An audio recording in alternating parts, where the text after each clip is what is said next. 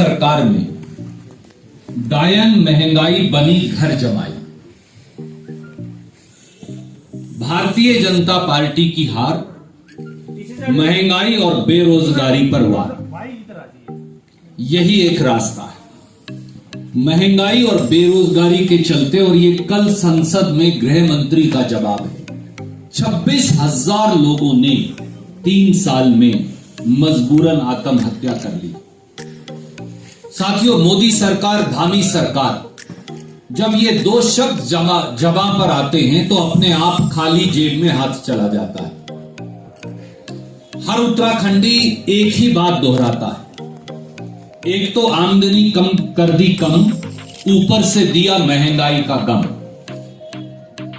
जैसा मैंने कहा, 2018 से 2020 के बीच में, और ये हम नहीं कह रहे, देश के गृह मंत्री ने कल संसद में कहा, पहली बार हिंदुस्तान के 75 साल के इतिहास में 26,000 लोगों को आत्महत्या करने पर मजबूर कर दिया।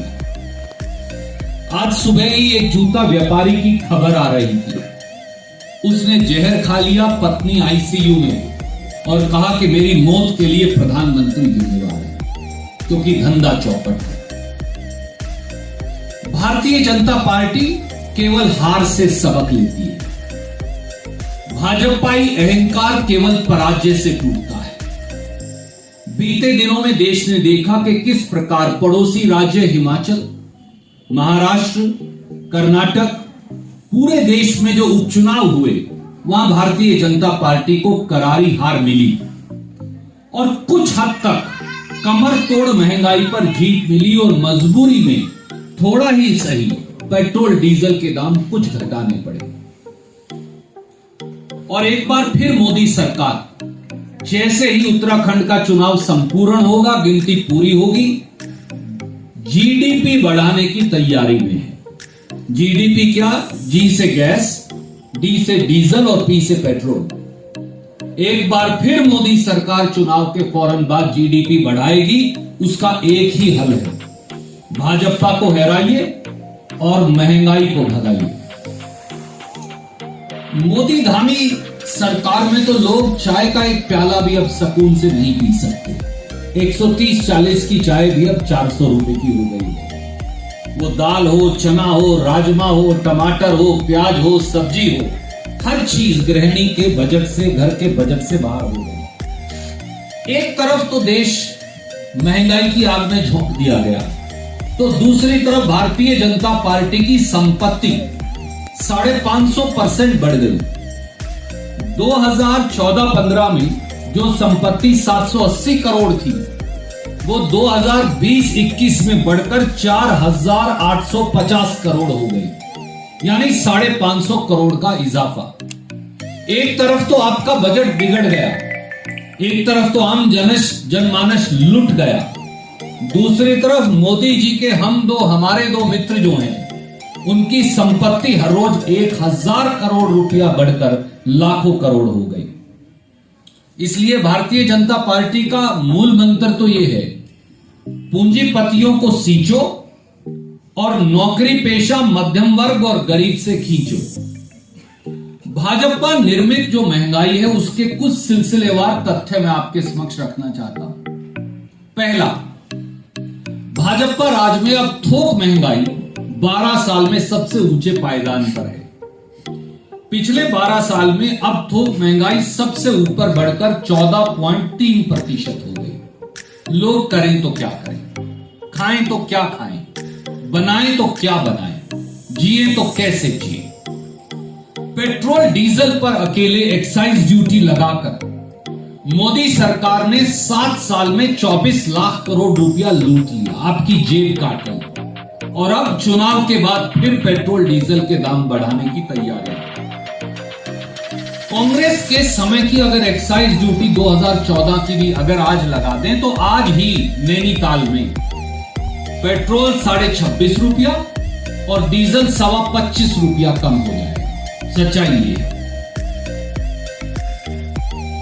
आपको सिर्फ पता है, पर मैं फिर भी आपको याद दिलाऊंगा, 2014 में जब हमने सरकार छोड़ी तो कच्चा तेल $108 प्रति बैरल था। पिछले 7 साल में कच्चा तेल $20 प्रति बैरल तक गया। औसत जो है वो $40 प्रति बैरल की है। फिर भी हमारे समय में डीजल 56 रुपया लीटर था। आज नैनीताल के अंदर डीजल 87 रुपया 24 पैसे लीटर है। हमारे समय में पेट्रोल, जब कच्चा तेल $108 था तो पेट्रोल 70 रुपया लीटर था। आज नैनीताल में पेट्रोल 94 रुपया 4 पैसे लीटर है। यह सच्चाई है। घरेलू कमर्शियल गैस, पाइप्ड गैस, इसकी कीमतों में भी अनाप शनाप वृद्धि हुई। एक तरफ तो मोदी जी कहते हैं उज्ज्वला बहनों को गैस देनी है, आप सब्सिडी छोड़ दो, आपको भी कहते हैं, पत्रकार मित्रों को भी कहते हैं। दूसरी तरफ उन्हीं उज्ज्वला बहनों के गैस सिलेंडर की कीमत क्या कर दी? उस गैस सिलेंडर की कीमत 920 रुपया कर दी। और हमारी सब बहनें जो पहाड़ में रहती हैं, एक बार फिर लकड़ी बीन कर उपले दोबारा से चूल्हे के ऊपर चली गई। कांग्रेस सरकार में गैस सिलेंडर 410 रुपया, धामी मोदी सरकार में गैस सिलेंडर 920 रुपया। कांग्रेस के समय, ये बात आज तक किसी ने बताई नहीं, मैं पहली बार नैनीताल में बता रहा हूं देश में। कांग्रेस के समय अंतरराष्ट्रीय, क्योंकि गैस भी हम आयात करते हैं, तो अंतरराष्ट्रीय बाजार में गैस की कीमत थी $880 प्रति मीट्रिक टन। आज अंतरराष्ट्रीय बाजार में और कई साल से गैस की कीमत है $600 प्रति मीट्रिक टन से अब $775 प्रति मीट्रिक टन। आप चेक भी कर सकते हैं। तो गैस की कीमतें तो कम हो गई, पर सिलेंडर 410 से 920 का हो गया। और अगर कहीं भारतीय जनता पार्टी को मौका मिल गया तो 1200 का सिलेंडर हो जाएगा मार्च के अंदर। मोदी जी एक तरफ तो कहते हैं कि आप पकोड़े तलिए, ये रोजगार है, पर पकोड़े तलने के लिए जो सिलेंडर चाहिए उसकी कीमत क्या है? 1954 रुपया प्रति कमर्शियल सिलेंडर। जो पाइप्ड गैस है, अब नैनीताल में भी आएगी, उसकी जो कीमत 2014 में थी वो थी 24.5 रुपया प्रति यूनिट स्टैंडर्ड क्यूबिक मीटर। उसकी भी कीमत बढ़ाकर कर दी 35 रुपया 61 पैसे। मैं प्रेस रिलीज दूंगा, ये सारा डेटा आपको उसके अंदर मिलेगा। एक और साधन आम व्यक्ति का, वो है रेल। इस देश में लगभग 2.5 करोड़ लोग, जितनी हमारी आबादी है उससे ज्यादा, प्रदेश की आबादी से ज्यादा लोग हर रोज रेल से जाते आते हैं। तो रेल हमारा साधारण व्यक्ति का साधन है। इस रेल का भाड़ा जो था कांग्रेस के समय में 2014 में था 32 पैसे प्रति किलोमीटर। साहब आपको आश्चर्य होगा ये जानकर, इसे 243% बढ़ा दिया भारतीय जनता पार्टी ने। आज वो भाड़ा है ₹1.10 प्रति किलोमीटर औसत। 32 पैसे से ₹1.10 कर दिया, किसी ने ध्यान नहीं दिया। प्लेटफॉर्म टिकट ₹1.37 प्रति किलोमीटर हम छोड़कर गए थे। बीजेपी ने उसे भी बढ़ाकर ₹1.88 प्रति किलोमीटर कर दिया। और नई बात आज आपके समक्ष एक और रखूंगा।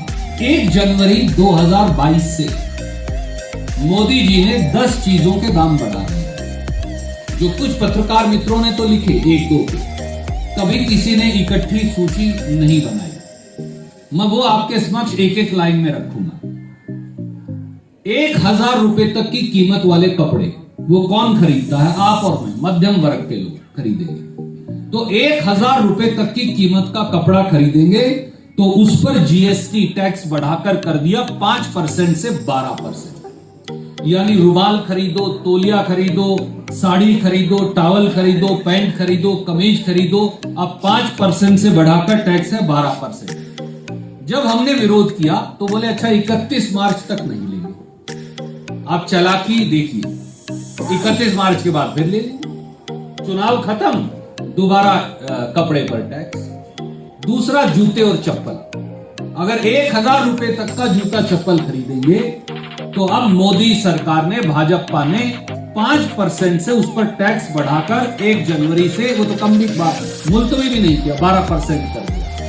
तो 1000 रुपए तक का जूता कौन खरीदेगा? तो गरीब खरीदेगा, साधारण व्यक्ति खरीदेगा। आजकल कोरोना में दुकानें बीच में बंद रही, तो बहुत सारे बच्चे, हमारे बेटा बेटी, नौजवान आपके भी एक नौजवान बिटिया हमारे सामने बैठी है, ये ऑनलाइन ऑर्डर कर देते हैं कि हाँ भाई ये हम फला खाना जो है वो घर पे डिलीवर हो जाए। इस पर टैक्स नहीं था। मोदी जी ने कहा भाई बच्चे अगर खाना ऑर्डर करेंगे तो उस पर भी टैक्स लगाओ, 5% उन पे भी लगाओ, 1 जनवरी से लगाओ। जितनी हमारी पार्ले का बिस्कुट है, ब्रिटानिया का है, कोई साबुन है, कोई और वॉशिंग मशीन है, कोई एसी फ्रिज